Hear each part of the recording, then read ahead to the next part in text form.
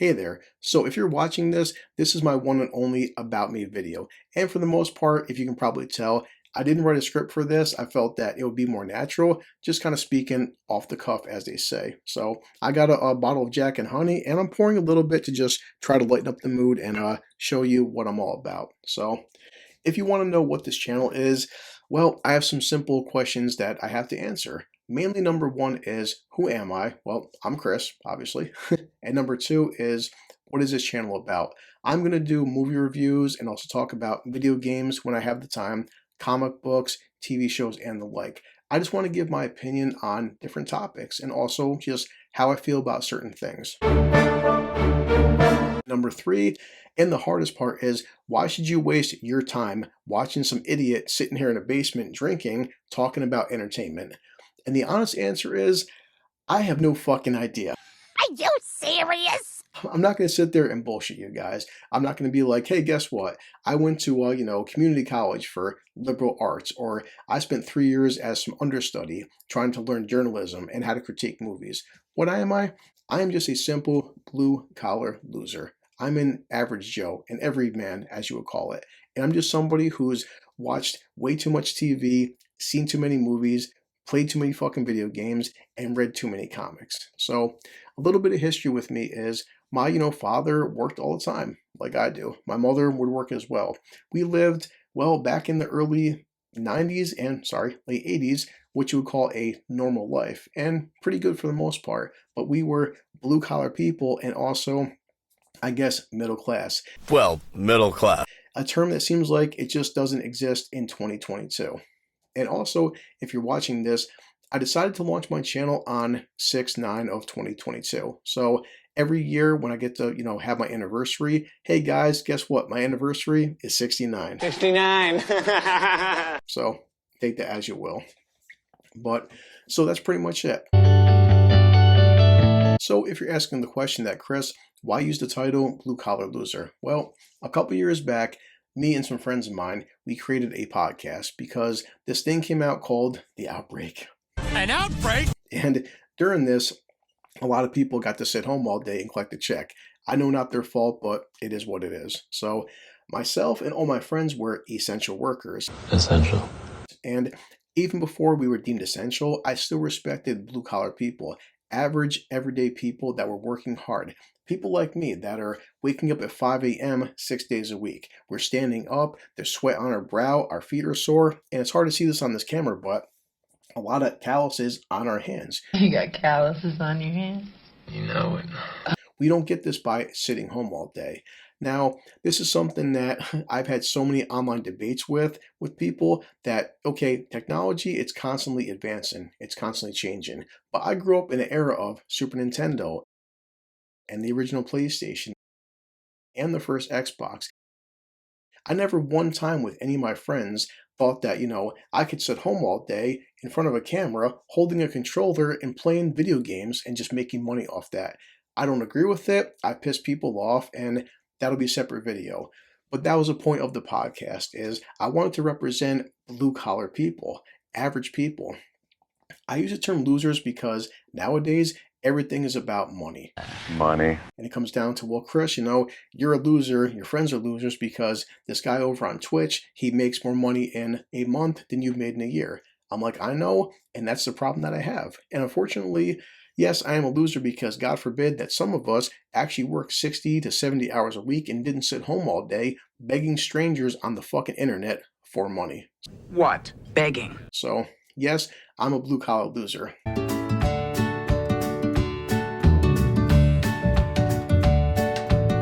The reason I'm doing this for is that I'm making the podcast a whole separate entity than this, because this I want to focus on, again, movie reviews, TV shows, video game reviews, comic reviews, and just, I guess general entertainment stuff.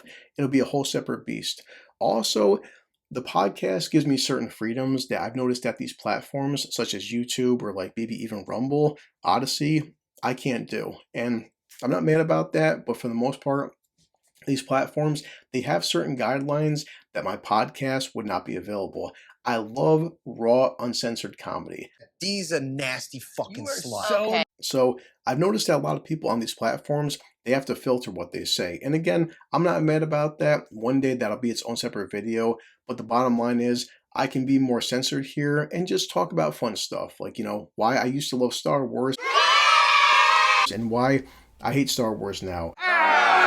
And why I used to love Star Trek and I hate Star Trek now. Things like that. But also, if you're wondering, this will be a separate segment. What are my tastes? What am I here for? Again, the bottom line is, I do love Star Wars. Episodes 4 through 6. And even the prequels came out when I was a teenager. And as much as they're flawed and they're kind of goofy sometimes, compared to the last 10 years, I will watch them until my fucking eyes bleed. That it could cause one's eyes to bleed. I wasn't the biggest Star Trek fan, I won't lie. But the show came out called The Next Generation, and Jesus, I would get home off school, do my homework, and just, escape into the world of Jean-Luc Picard and everybody else, and just loved it.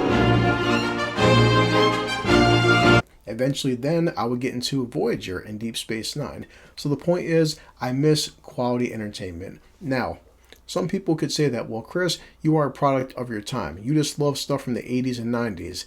Then I would say, well, guess what? I have a son. I have a 15-year-old, and God, he just turned 15. It's creepy, so. Ripley from Alien 3.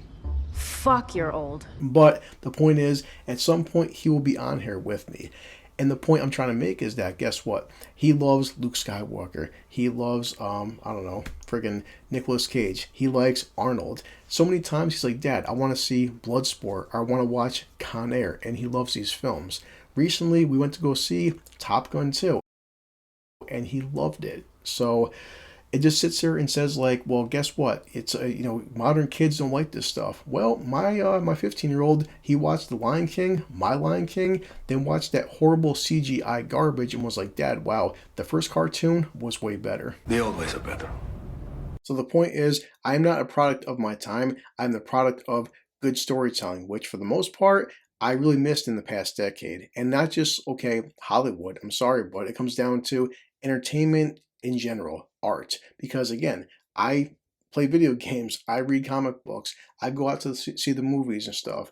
I sit there and watch TV shows. I binge things. And you know what? More often than not, I find myself wanting to watch older things because they stood the test of time. Savor them like a fine wine. Things that nowadays, well, I feel like most of these movies would not be relevant in 5 or 10 years from now. So many movies, because they're so CGI heavy and they're so devoid of passion and emotion and character development, they're not going to stand the test of time. I have no soul. And this will be an entire separate video because, yeah, I'm drinking and I don't want to ramble too much, but again, it's like, these constant modern characters are not inspiring anybody. They're just there to be there. So You have no purpose. So I don't want my About Me video to drag on too long and bore the hell out of you guys. Simple as that. I love old stuff and some new stuff, but not much. And why didn't I do this earlier for? Why not make a YouTube channel 10 years ago, 5 years ago? Why not last week? To be honest, this platform, for most of my life, I never took seriously. I'm sorry. I recognize the fact that people made a ton of money off this. I also recognize the fact that people make money off TikTok or Twitch. It doesn't mean I like it or support it or take it seriously. For the most part, I always felt like, these platforms were just guys uploading cat videos all day or guys uploading 30-second video game clips. And I couldn't take it seriously because I never felt like this was hard work.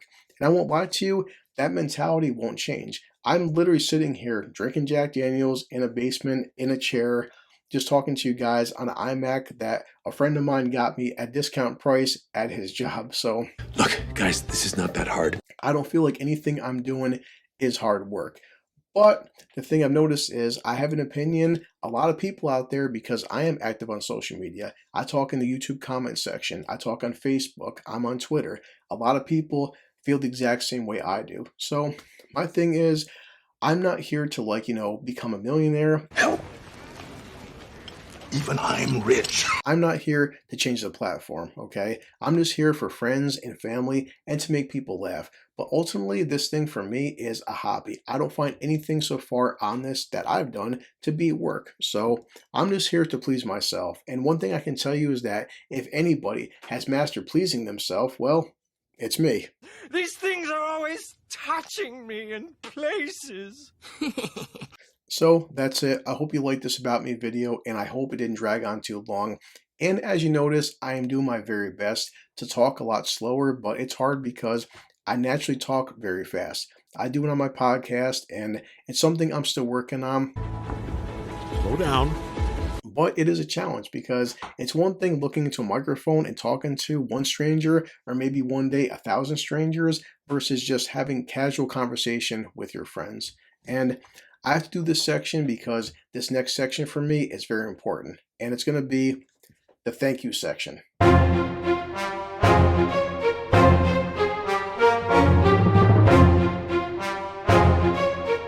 So the thank you section is pretty basic. I can't find the exact quote. I've scoured the internet, and it's too many podcasts to search through. But love him or hate him, Kevin Smith one time was talking about George Carlin. And George Carlin was a very, controversial figure. But he was telling Kevin that the way to get a point across to people was to make them laugh, loosen them up. Then once you do that, you can get a point. I see Dave Chappelle doing this all the time because Dave Chappelle is a master storyteller. So the thing with YouTube is, again, I never took it seriously because people would have these reviews and they seemed very lazy and just, half-assed, and just anybody can make a 4 or 5 minute video talking about some bullshit. But a guy one day came along, this drunken Scotsman, and somebody that I've grown to love so much over the past couple of years. I've had a few interactions with him on Patreon and also Twitter, and I was honored to join a Critical Drinker Facebook group, which I am now an admin. But the main reason I'm doing this is for one guy, and it's easily the Critical Drinker. So my thing comes down to, if you watch a Critical Drinker, if you look at his channel, if you understand what he's about, well, my humor, my take on things is verbatim just like him. The thing is, I also don't want to be copying and pasting his material, so I have to put my own spin on things. What it comes down to, the drinker is why I'm doing this for. Why am I doing this? Because, again, like George Carlin, like Dave Chappelle, the guy is a genius in terms of, making you laugh, but also making you think. Anyway, you got me thinking. There's been so many times a drinker, I would bust out laughing, and after I bust out laughing, he would break things down from plot points to character development to the message, and he would do this from a writing standpoint because the guy is an established writer.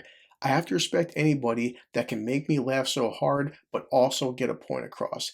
And again, the drinker, my son loves him. My mother, who's 65 years old, she loves him. I have sisters who love the guy because it takes a very special talent and a very, smart individual to sit there and make people laugh this hard, but also be sarcastic and get a point across. You are special. So my point is that one day, if Drinker/Will Jordan, if you see this, bro, thank you for being you, and also thank you for inspiring people like me to actually get my voice out there. Because, I checked our ages, we're like 1 year apart. We grew up loving the same shit. And you know what? The guy, I sat there and joined his YouTube channel when the guy had 100 fucking subscribers. The past couple years, he reached the 1 million mark, and congratulations. You deserve all this shit. Because again, I love you, man.